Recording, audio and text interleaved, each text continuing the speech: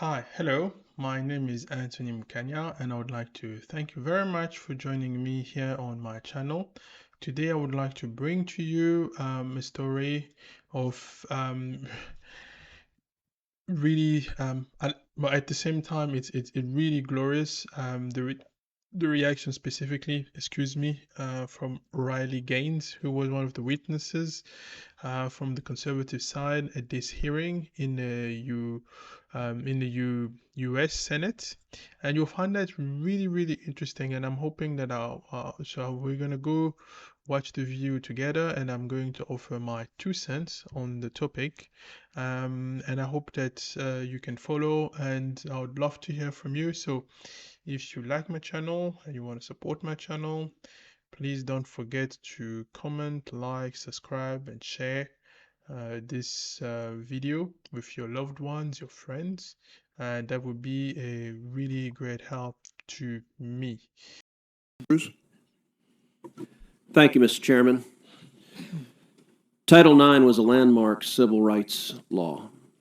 It helped create the incredible breadth of women's sports and girls' sports that we see across the country. I believe in girls' sports. I believe in women's sports. I'm the proud father of 2 daughters who are both athletes. I think participating in competitive sports is a wonderful thing for a young girl. I think it is a wonderful thing for a woman. And I think, unfortunately, today's Democrat Party has decided that women's sports and girls' sports no longer matters, and they're willing to push radical legislation designed to destroy girls' sports and women's sports. Ms. Gaines, I want to thank you for your courage. You are relatively young, but you have demonstrated incredible courage. And because you have dared to speak up, you have been demonized, you have been vilified. I saw when you were attacked by a leftist mob at San Francisco State University for daring to speak up. You had an incredible record as a swimmer at the University of Kentucky. You were a 2-time NCAA All-American. You were a 5-time SEC champion. You're an SEC record holder and a 2-time Olympic trial qualifier. But yet on March 27th, 2022, something changed. What happened on March 17th, 2022? That's when Thomas and I raced in the 200 freestyle and again resulted in a tie. And so you tied. What was the consequence of tying?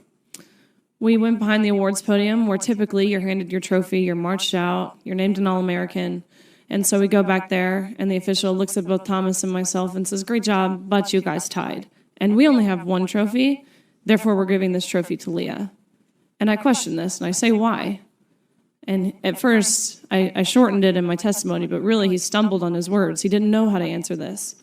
And at first he's, well, we're just doing this in chronological order. To which I further pressed, and I said, "Okay, well, what are you being chronological about? Because we tied. And if we're doing this off alphabetical order, G comes before T. So what are you being chronological about?" To which this wasn't a script they had prepared for him. And he actually appreciated his honesty. He did say, "We have to give the trophy for Leah because Leah has to have it for pictures. They've made that clear. Leah has to have the trophy for pictures. You can pose with this trophy, but you have to give yours back. You have to go home empty-handed. Leah Thomas takes the trophy home. End of story." Now, let me ask you, as someone who's competed at the elite level, in your experience, is there a difference between women and men? Of course. I think we learned this at a very young age, watching even 12 and unders play.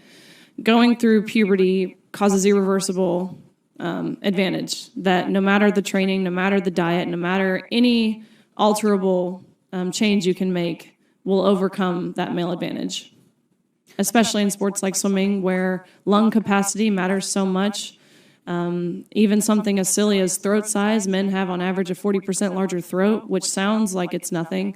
But when you're grasping for air, that 40% larger throat makes a huge difference in athletic success, not to mention height. You guys know the differences. Ms. Robinson, do you agree with Ms. Gaines that there's a difference between women and men? If the question is about trans women, I'm just asking, is there a difference between women and men? what I can say here is that the NCAA has rules in place. They've had rules in place for the last decade, and when this competition Okay, I'm happened, going to try again. the rules were clear. Do you believe there's a difference between women and men? It's a yes/no question. Do you believe there's a difference? Oh, Oh gosh, oh gosh, oh gosh. Imagine that in 2023, unable and unwilling, no, not unable, able, but unwilling to answer a question. Everything that we know, she knows the answer. She's not dumb. This woman is not dumb. And yet, I give up, man.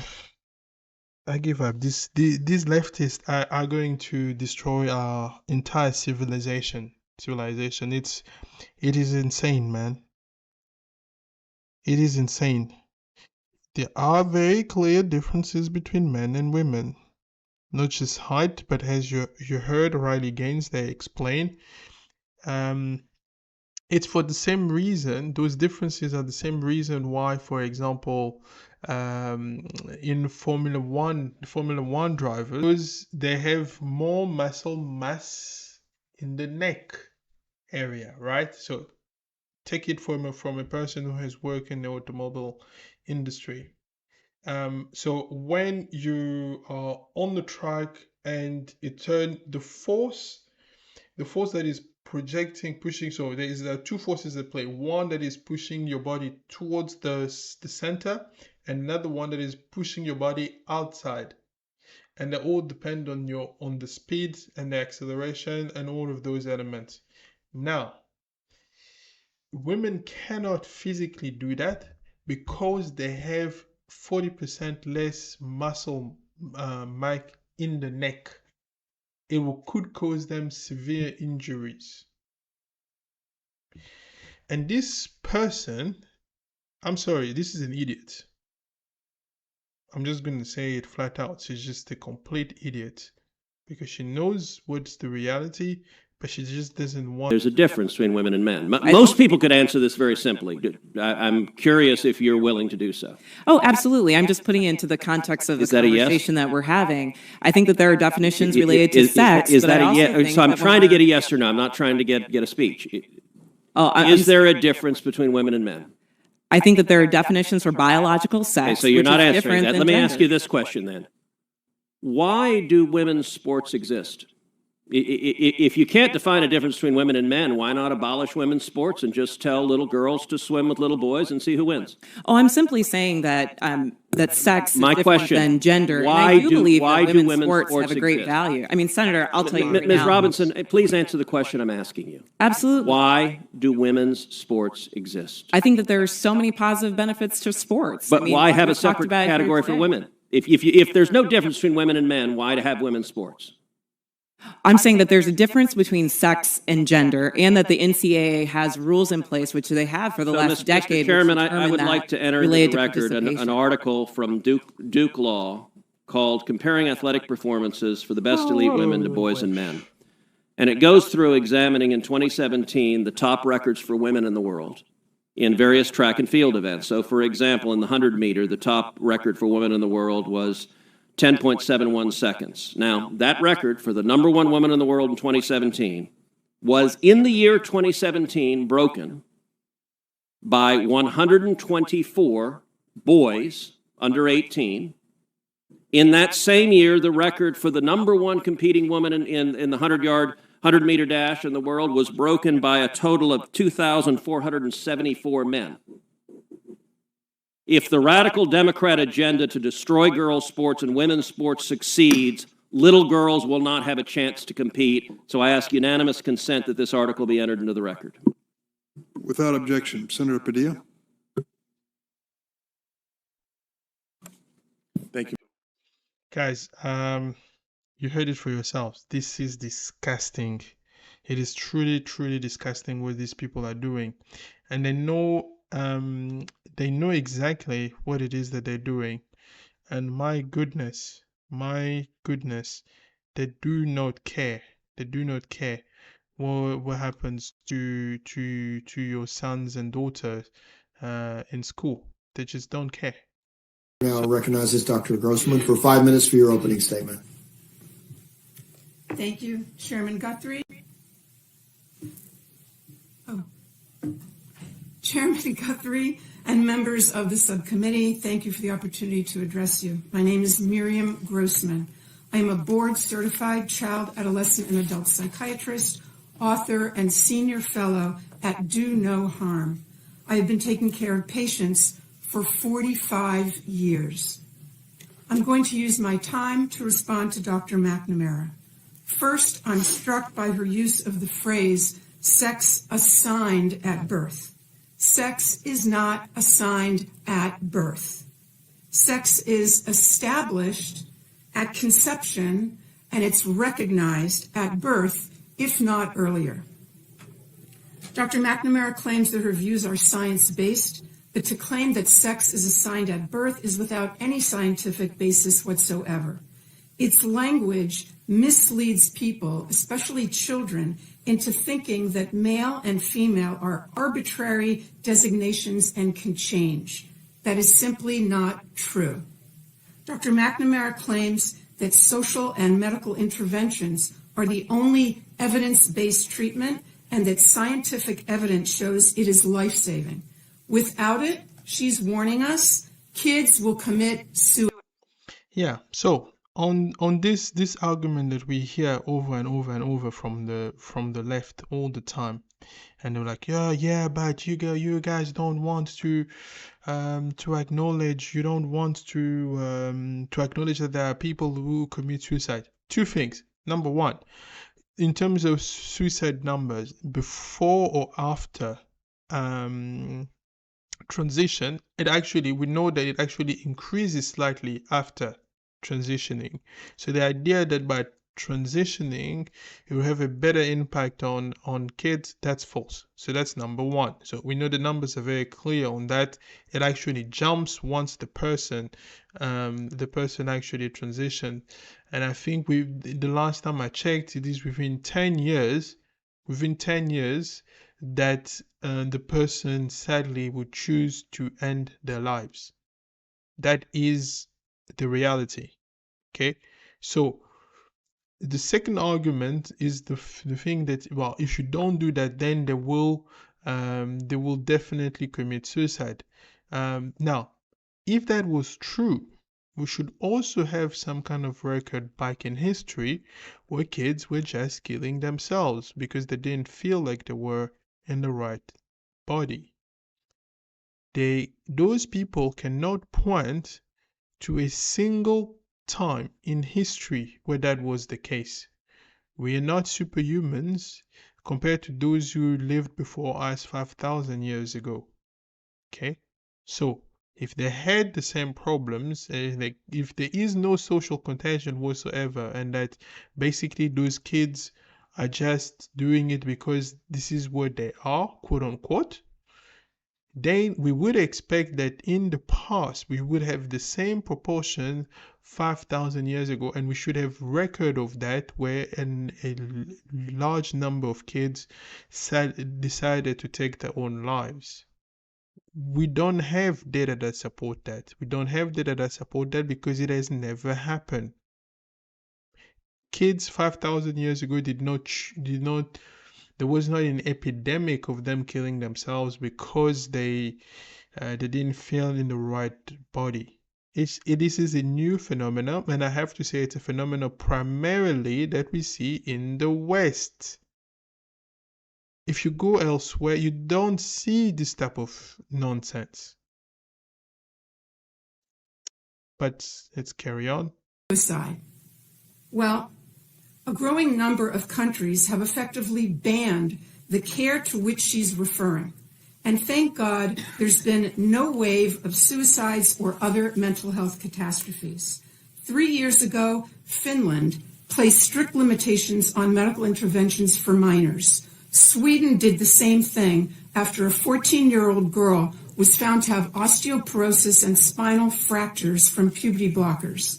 An investigation concluded, quote, the risks of anti-puberty and hormone treatment for those under 18 currently outweigh the possible benefits. The UK conducted a review and called the evidence very low. They've also placed severe restrictions on the care that Dr. McNamara calls life-saving. Norway also analyzed the data and has made similar changes in policy. The National Academy of Medicine in France warned, quote, "Great medical caution must be taken in children and adolescents given the vulnerability of this population and the many undesirable, even serious complications the therapies cause." Doctors in New Zealand and Australia have published similar statements. Is Dr. McNamara suggesting that all these countries are rejecting evidence-based treatment and placing their kids at risk of suicide? Regarding that point of view, Finland's gender expert, Dr. Rita Kaltiela, said, quote, "It's purposeful disinformation, the spreading of which is irresponsible." All 7 countries, and Florida too, of course, concluded that kids don't need their development interrupted, the girls don't need their periods stopped and their voices lowered, and the boys don't need to grow breasts. What they need is psychotherapy. I have other objections to Dr. McNamara's testimony. She insists that her position, only hers, represents standard medical Guys, care. look at her face. I'm just gonna go back here for a bit. This is Stopped interesting. and Look at their the face of this voices woman lowered, here. and the boys don't need to grow breasts. What they need is psychotherapy. I have other objections to Dr. McNamara's testimony. She insists that her position, only hers, represents standard medical care. What she doesn't want you to know is that there is no standard. There's a debate. There's a fierce debate. And on the side opposite her stand such prominent figures as Stephen Levine, Kenneth Zucker, Paul McHugh, and James Cantor, among others. These doctors are giants in the field. They have been treating transgender patients and gathering data and publishing papers about them, and I mean no disrespect here, but since before Dr. McNamara was born. The point is that those veteran clinicians and others who have wisdom and experience are ignored because they disagree with the current narrative. They're against medical interventions for the same reason those 7 countries are. There is no evidence of long-term benefit, but there is evidence of harm. I'll end by quoting Jamie Reed, the courageous whistleblower from the Children's Gender Clinic in St. Louis. I believe that hospital receives the medical education funding that we're discussing today. She said that doctors at that clinic said, "We are building the plane while we are flying it." Just I'm going to repeat that. I'm going to play it again just to hear that. Discussing today. She said that doctors at that clinic said, "We are building the plane while we are flying it." We are building the plane while we are flying it. That's... Please tell me if this is not the most irresponsible thing to do when you know that there's literally nothing good. You cannot produce a shred of evidence of anything good that can come out of this. In fact, I'm just going to try to find out. There was another. I will try this so-called doctor.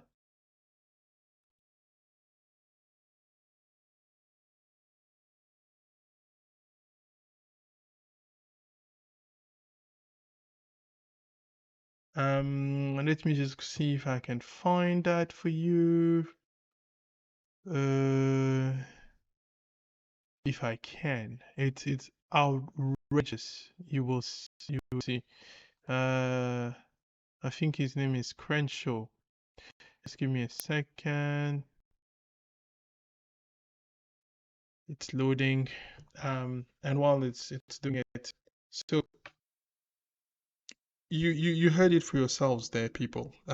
These people are insane. These people are insane. There is a cost to us as a news organization to knowingly broadcast untrue things. We are here to bring you the news. It hurts our ability to do that if we live broadcast what we fully expect. My apologies. So I am going to try to find, so it's Dan Crenshaw.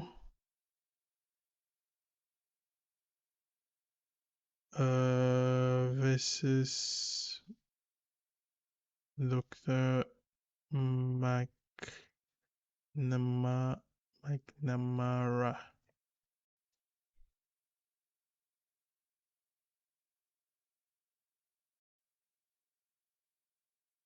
There we go.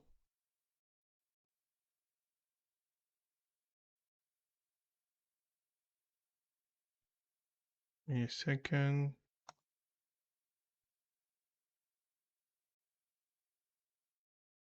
Willing to yield time to anybody on the panel? Mr. Crenshaw, I recognize you. Thank you, my colleague. Thank you, my colleague, and I do have a few questions. You know, I want to say a few things first. We keep hearing this is a politicized issue. This is a manufactured culture war. I got to say, we aren't the ones who did that. We aren't the ones that came up with this radical new movement that is performing permanent physiological changes to children with no evidence of any benefits. We didn't start that. We're just trying to stop it because it's crazy. It's a contentious issue, which almost 70% of Americans oppose. So we are just saying here that taxpayer money shouldn't be used for it. That's all. This should not be that controversial of an issue. The questions are for Dr. McNamara. I just want to ask you, honestly, you're not concerned about the unknown effects of puberty blockers, hormones, and surgical interventions in kids, the long-term effects, not concerned about that? Everything I've said here today comes from a place of deep honesty and conviction for the care that I provide and the community that I'm a part of. You've said that we've cherry-picked data. How do you mean that? So it is very unscientific and flawed to pick a single study or a single statistic and to discuss it in isolation. Totally agree. Medical experts are able to talk about all of the evidence as a whole. Totally agree. So it's good to look at systematic reviews, right? That's the gold standard of evidence when you're trying to understand whether something works or whether it doesn't. So the British Journal of Medicine looked at 61 systematic reviews with the conclusion that, quote, there is great uncertainty about the effects of puberty blockers, cross-sex hormones, and surgeries in young people. The Journal of Endocrine Society came up with the same conclusion, even the American Academy of Pediatrics. They all cite the lack of evidence. And so here's the thing. If you're doing a therapy, and it's, temporary, whatever, fine, maybe let's try it, let's see if it works. But when you're talking about permanent physiological changes, do you not agree, just from an ethical standpoint, that you might want extremely strong evidence of the benefits? And there is no systematic review that states that there is strong evidence of benefits. Sir, are you aware of how the quality evidence grading system works and how it's applied? Yeah, we read through it. That's why I'm citing these journals. So which journal says something different? We should have that debate. Tell me a journal that has done systematic reviews that cites different evidence, that cites strong evidence for benefits of these therapies. The standards of care were developed based on extensive... You're not telling me any journal, you're not telling me any study. Don't say standards of care. Yeah. So... tell me one. The standards of care. That's the standard. Guys, this is what happens, There is zero evidence. There is zero evidence. And these people are hoping that you will not notice as they butcher your kids and they sell them ideas that are not their own, all in the name of making profits. We've never lived in a generation where kids have a big dollar sign in front of their heads, on the foreheads. This is insane. These people are crazy. And standards of care. That's not a journal. That's not a study. That's not an organization. That's not an institution. You're just saying words. Name one study. I'm out of time. I yield The back. gentleman's time has expired. Mr. Dunn, There you have, yeah. So that is truly disgusting. It's truly disgusting that we live in a in a world where people who know the truth, they know the truth, as I said, um, and then they will choose not to listen to it. I believe this is truly disgusting. That we, but yeah, sadly, this is just how it is. So, thank you guys for being with me here today. I hope that you like it. So if you like my commentary, please don't forget to comment, share, and subscribe. And I will see you soon. Thank you.